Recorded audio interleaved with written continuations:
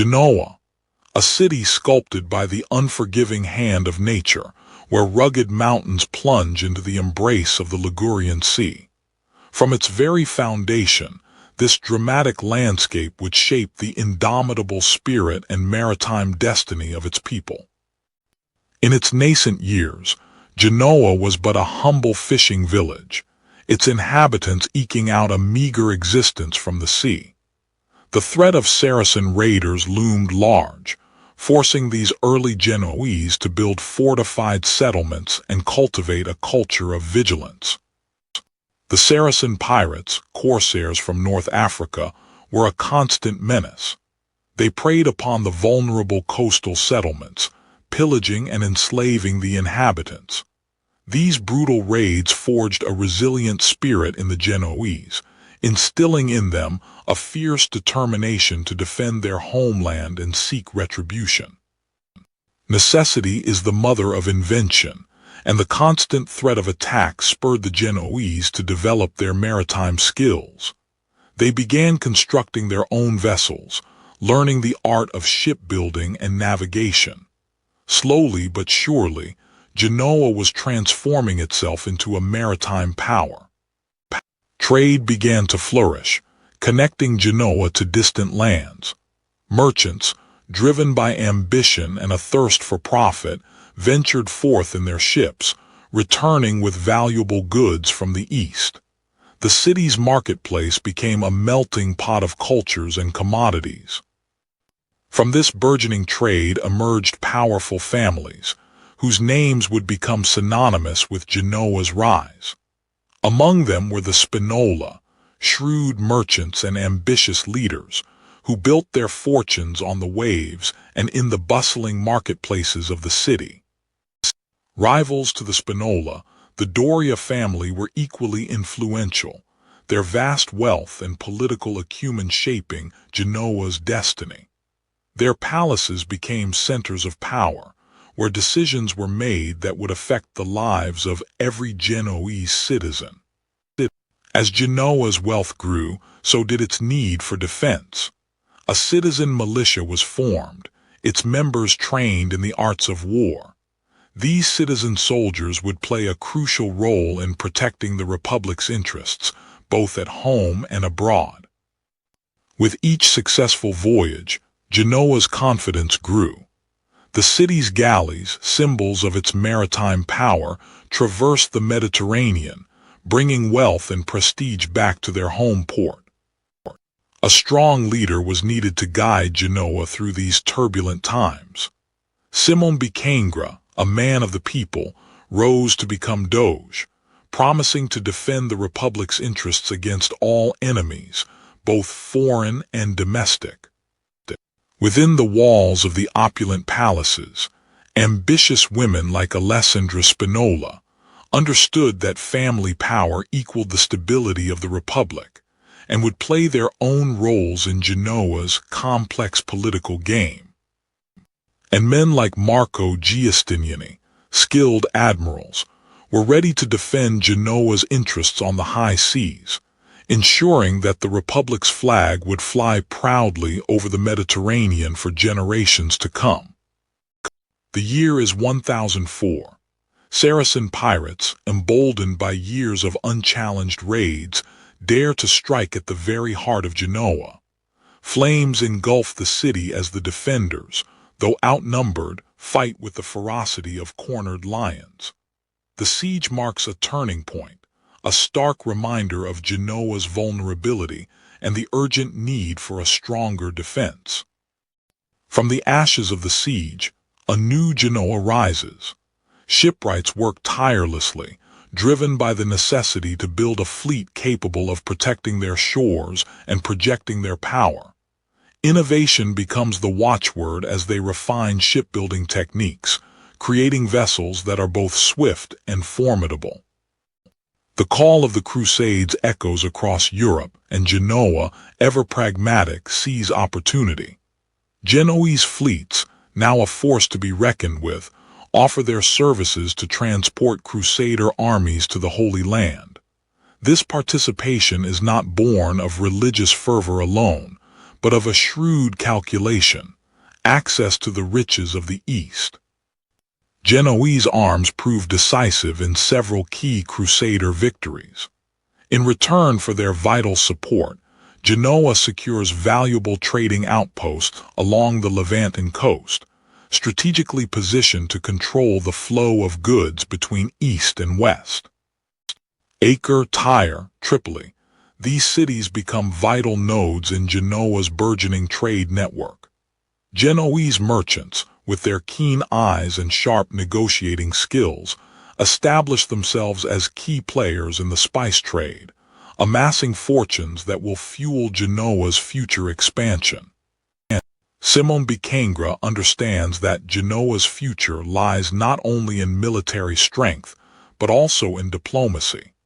He initiates talks with Middle Eastern rulers, forging alliances and securing favorable trade agreements that solidify Genoa's position in the region.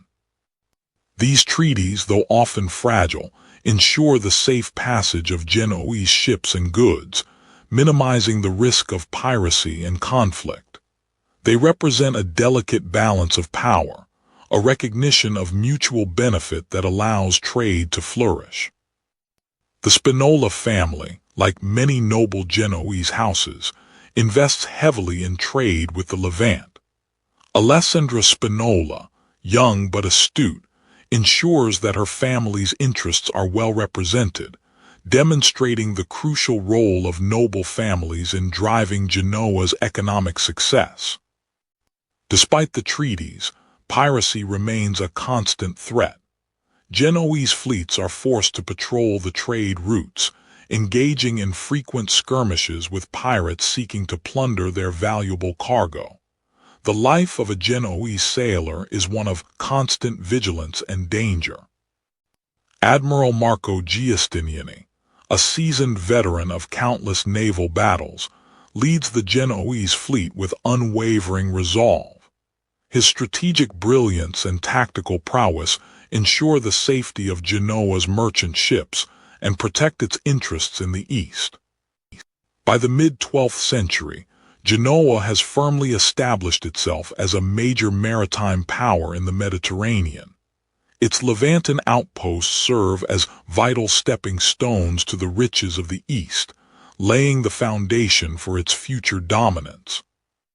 Genoa's grip on the Levant strengthens, transforming the city into a vibrant hub of commerce and culture. The wealth generated by this trade fuels the construction of magnificent palaces and the patronage of the arts, ushering in a new era of prosperity and influence. However, shadows loom on the horizon, for Venice watches with envious eyes, and the rivalry between the two maritime republics is about to intensify. Genoa, a republic driven by trade and ambition, was a stage for constant political maneuvering. The Doge, elected for life, theoretically held supreme power, but his authority was always tempered by the influence of powerful noble families and the demands of the popolo, the common citizens. The Spinola, Doria, Grimaldi, and Fieschi families held immense sway, their wealth derived from trade and banking. Their rivalries often destabilized the city, turning the streets into battlegrounds for their ambitions. The Council of Elders, composed of representatives from these families and guilds, served as a check on the Doge's power, often leading to gridlock and political infighting. Simon Bikangra, a man of the popolo rose to the position of Doge, not through noble birth, but through popular acclaim. He promised to bridge the divide between the elite and the commoners, a promise that resonated deeply with a city weary of internal strife. But Bikangra's ascent was met with resistance from the established noble families, who saw him as a threat to their power and privileges. The Spinola, Doria, and their allies plotted to undermine his authority at every turn. Genoa was also plagued by the ongoing conflict between Guelphs and Ghibellines, factions that supported either the Pope or the Holy Roman Emperor. These divisions further complicated the political landscape, turning even minor disputes into major conflicts.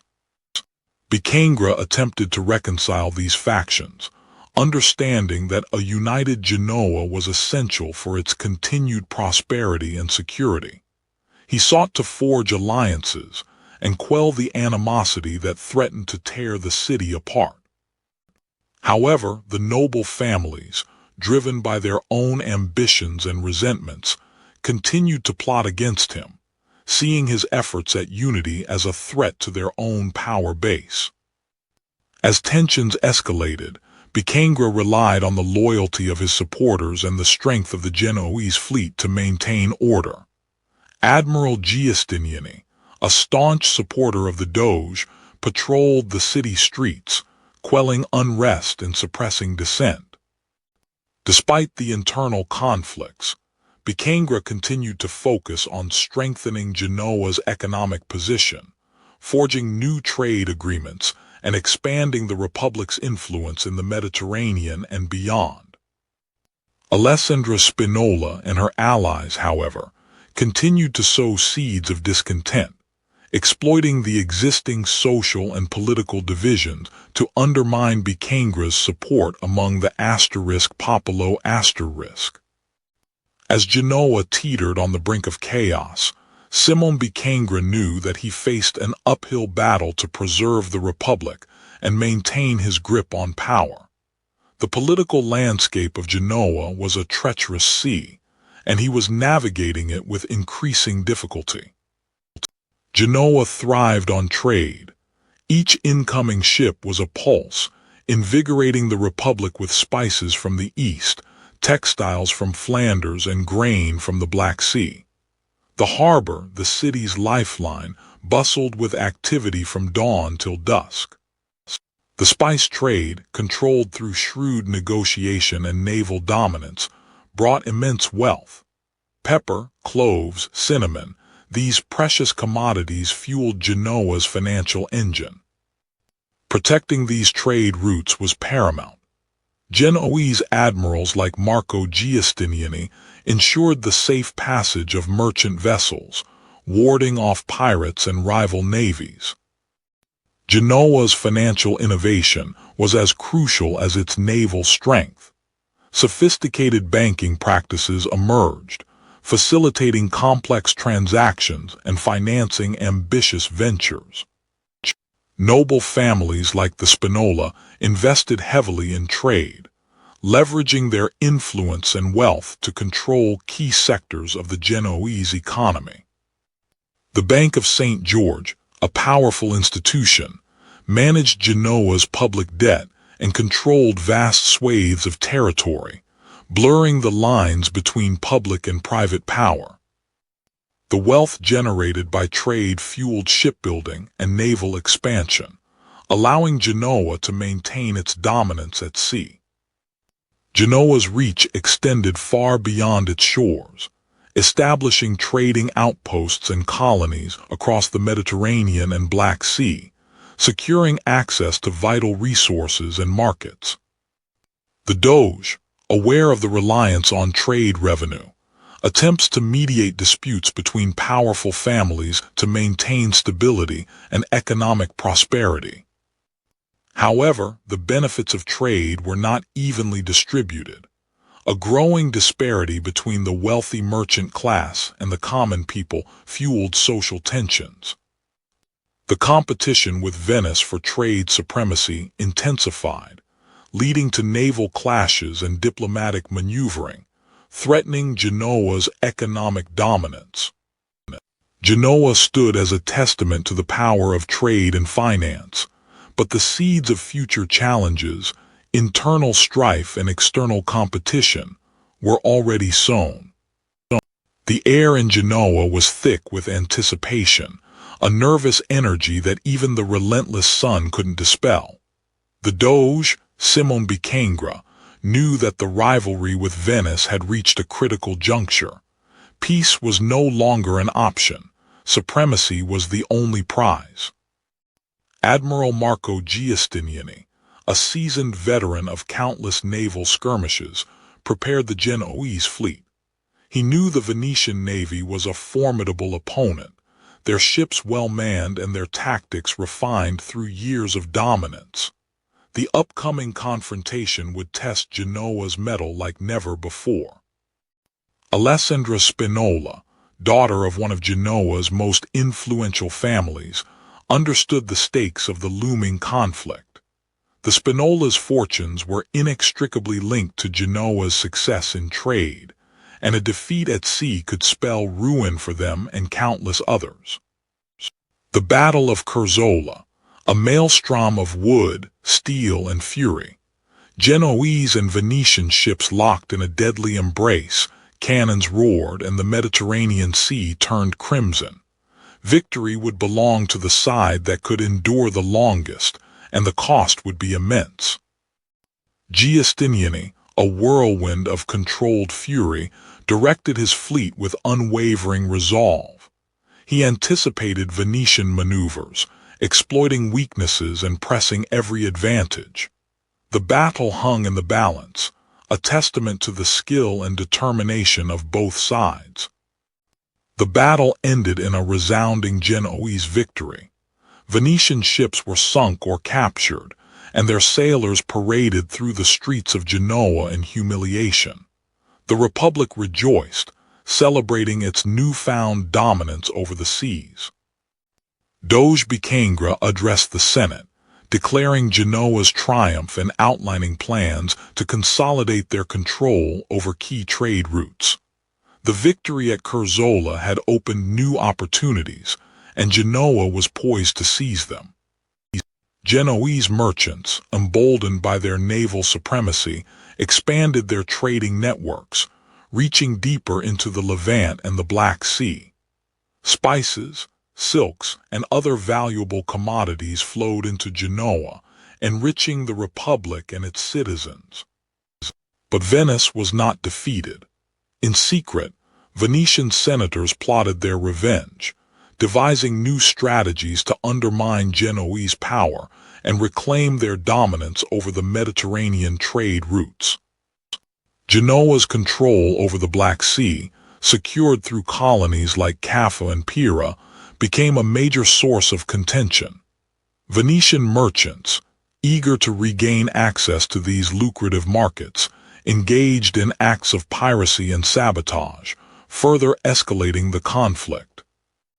The constant state of war took its toll on Genoa. Alessandra Spinola, representing her family's interests, understood that maintaining trade routes required diplomacy and strategic alliances, not just naval power. The rivalry between Genoa and Venice would continue to shape the course of the Mediterranean for decades to come. Doge Bicangre knew that Genoa's grip on power was tenuous, and that maintaining it would require constant vigilance and unwavering resolve. The clash of these two titans would define an era. The relentless Genoese spirit, never content with the familiar, pushed eastward. Beyond the Bosphorus lay the Black Sea, a vast, lucrative frontier beckoning with the promise of untold riches. To dominate this new sea, Genoa needed more than ships. It needed footholds. The first prize was Pira, a strategic peninsula just across the Golden Horn from Constantinople. In 1261, Genoa secured Pira as part of the Treaty of Nymphaeum with the Byzantine Emperor Michael VII Palaeologos, in exchange for helping him recapture Constantinople from the Latin Empire. Pira quickly became a thriving Genoese hub, a walled city teeming with merchants, sailors, and the clang of industry. But Pira alone was not enough. To truly control the Black Sea trade, Genoa needed a presence deeper within its waters. Their gaze fell upon Caffa, a city on the Crimean Peninsula. Caffa, strategically located on the Crimean Peninsula, offered access to the vast resources of the Golden Horde, the Mongol successor state that dominated the region. Through shrewd diplomacy and some whispered, generous bribes, Genoa obtained the rights to establish a trading post in Kaffa in the late 13th century. Kaffa swiftly transformed into a bustling emporium, a melting pot of cultures and commerce. Genoese merchants traded textiles, weapons, and manufactured goods for furs, grain, timber, and most importantly, slaves from the interior.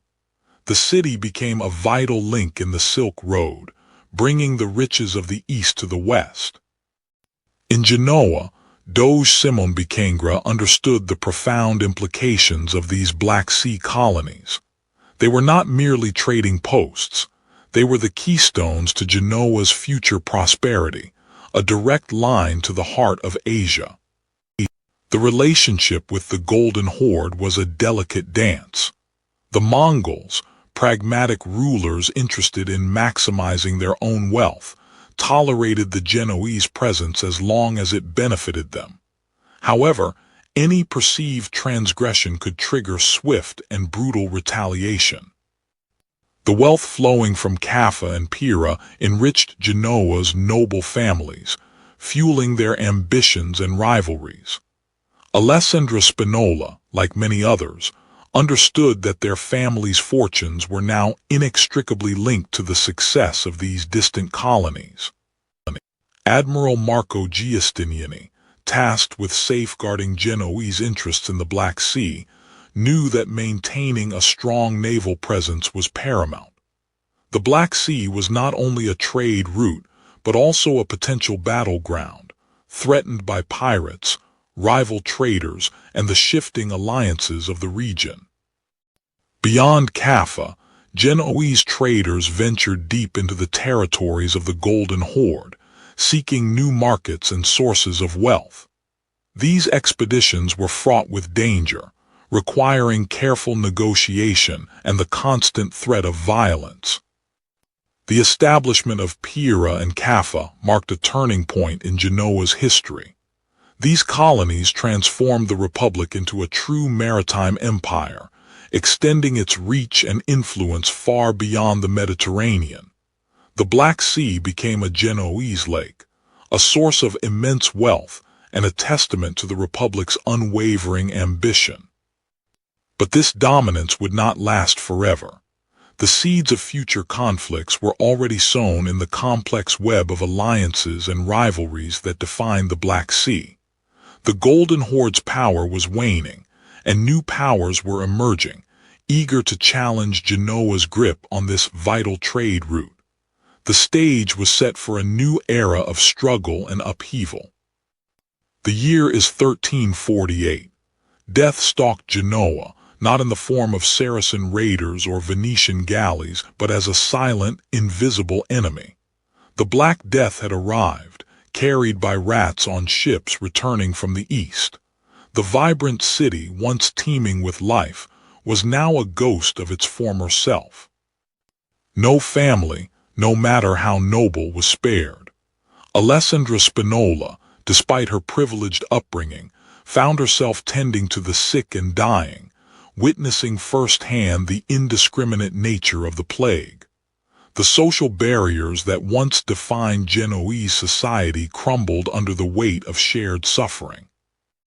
With most of the city's leadership dead or incapacitated, Marco Giustiniani used his organizational skills to maintain order. He marshaled the remaining sailors and soldiers to bury the dead and prevent the spread of the disease. Even the sea could not wash away the stain of pestilence. The plague had decimated Genoa's workforce, crippling its trade. The once bustling port was now eerily quiet, its docks empty.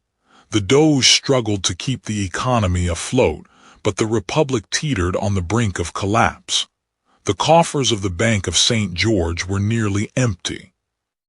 In the wake of the devastation, religious fervor gripped the city. Flagellants roamed the streets, whipping themselves in a desperate attempt to appease a wrathful God. Superstition and fear replaced reason as people sought answers to the incomprehensible tragedy. Amidst the chaos, acts of charity and resilience emerged. Alessandra Spinola, using her family's resources, organized relief efforts, providing food and medical care to the most vulnerable. The spirit of Genoa, though battered, was not broken. Slowly, life began to return to Genoa. Marco Giustiniani, recognizing the importance of maritime trade, began to repair the damaged ships and encourage sailors to return to the sea. The Republic needed to rebuild its economy, and the sea was its lifeline. Simone Bicangra, weakened but determined, convened the Great Council. He outlined his plans for rebuilding Genoa, focusing on restoring trade, reforming the government, and strengthening the city's defenses. The road ahead was long and arduous, but Genoa would not be defeated. The rebuilding effort was slow but steady. Stonemasons, carpenters, and other artisans worked tirelessly to repair damaged homes and shops. New buildings rose from the ashes, a testament to the city's resilience. Gradually, trade began to resume. Ships arrived from the east, carrying spices, silk, and other precious goods. The Genoese merchants, though scarred by the plague, were eager to reclaim their place in the Mediterranean economy. Alessandra Spinola, inspired by her experiences during the plague, dedicated herself to improving public health. She oversaw the construction of a new hospital, providing care for the sick and training for medical professionals.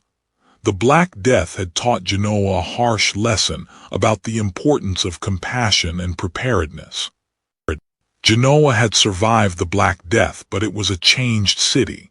The plague had exposed its vulnerabilities but also revealed its resilience. The road to recovery would be long and challenging, but the spirit of Genoa, forged in the fires of adversity, would endure. The sea still called, and Genoa would answer. The aftermath of the Black Death, though devastating, cleared the way for an unprecedented era of prosperity. Genoa, with its resilient spirit, began to rebuild, ushering in what would be known as its golden age. Doge Simone Bicangra, despite his age and the trials he had faced, oversaw the city's transformation with a keen eye. The wealth flowing into Genoa fueled a surge in artistic and architectural endeavors. Noble families like the Spinola competed to build the grandest palaces, adorning the city with symbols of their power and refined taste. Alessandra Spinola, a young woman of remarkable talent, became known for her innovative designs, blending classical influences with Genoese practicality. Even amidst the cultural blossoming, the Republic remained ever vigilant. Admiral Marco Giustiniani meticulously planned naval strategies, ensuring Genoa's continued dominance of the seas. The constant threat of Venetian rivals and Barbary pirates meant that Genoa could never truly let its guard down. The Genoese economy thrived. Spices from the east, silks from China, and wool from England filled the markets.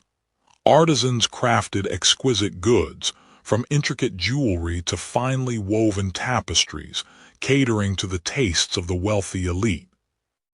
A renewed interest in classical learning swept through Genoa. Libraries were established, and scholars debated the works of Aristotle and Plato, fostering an intellectual environment that attracted thinkers from across Europe. The San Lorenzo Cathedral became a symbol of Genoa's piety and prosperity. Its construction, funded by wealthy merchants and noble families, showcased the city's architectural prowess and devotion to God. Doge Bicangra recognized the importance of public works. He commissioned new roads, bridges, and aqueducts, improving the city's infrastructure and the lives of its citizens.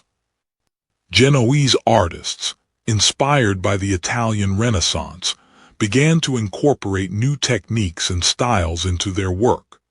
Frescoes adorned palace walls, and sculptures graced public squares, transforming Genoa into a vibrant canvas of artistic expression. Alessandra Spinola's influence grew, and she became a sought-after architect, shaping the city's landscape with her elegant and functional designs. Her work symbolized the burgeoning role of women in Genoese society, even within the confines of their noble status. The Loggia dei Mercanti, a grand trading hall, became the heart of Genoa's commercial activity. Merchants from all corners of the known world gathered to exchange goods, fueling the city's wealth and influence. Genoa's naval power remained the foundation of its prosperity. Admiral Giustiniani ensured that the Genoese fleet was always at the cutting edge, ready to defend the Republic's interests and protect its trade routes. From the heights of its golden age, Genoa shone as a beacon of trade, culture, and power. Yet Doge Bikangra, a seasoned leader, knew that even in the midst of prosperity, the seeds of future challenges were always being sown. The rivalry with Venice simmered, and the volatile political landscape of Italy threatened to disrupt the Republic's hard-won gains. Genoa's future, as always, remained uncertain, poised between glory and peril. The grip of Genoa, once unshakable, began to loosen. Decades of relentless competition with Venice, coupled with internal strife, had taken their toll. The treasury, once overflowing, now felt the pinch of dwindling trade revenues. The great families Spinola, Doria, Grimaldi, Fieschi resumed their incessant squabbles. Alliances shifted like the tides, and the Doge struggled to maintain order amidst the chaos. The good of Genoa was often sacrificed for personal gain. In the east, the Genoese grip on the Black Sea began to weaken. Caffa, a jewel in their colonial crown, faced increasing pressure from rival powers. The once unchallenged dominance of the Genoese fleet was slowly eroding. Economic woes compounded the political instability. Trade routes shifted, and new maritime powers emerged, challenging Genoa's supremacy. The flow of wealth that had sustained the Republic for centuries began to dwindle. Doge Bikangra, weary but resolute, attempted to rally the Genoese spirit. He called for unity, for sacrifice, for a return to the values that had once made Genoa great. But his words, though heartfelt, struggled to penetrate the atmosphere of discord and despair. Despite the decline, institutions like the Bank of St. George continued to innovate, striving to maintain Genoa's financial stability. They sought new avenues for investment and trade, hoping to weather the storm. Naval battles became more frequent, and Genoa often found itself outmatched. Key territories were lost, chipping away at the Republic's power and prestige. Corsica, Sardinia, and even Chios slipped from their grasp. Admiral Giustiniani, a veteran of countless battles, fought valiantly to defend Genoa's interests, but even his skill and courage could not stem the tide of decline. The once vibrant port of Genoa, the lifeblood of the Republic, became a shadow of its former self. The spices, silks, and treasures that had once flowed freely now trickled to a mere stream. As Doge Bikangra lay dying, he knew that Genoa's golden age had passed. But he also knew that the spirit of the Republic, though weakened, would endure. Genoa's legacy, however, remained profound.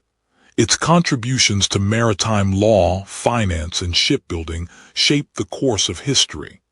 The Bank of St. George, a pioneer in modern banking, served as a model for institutions across Europe.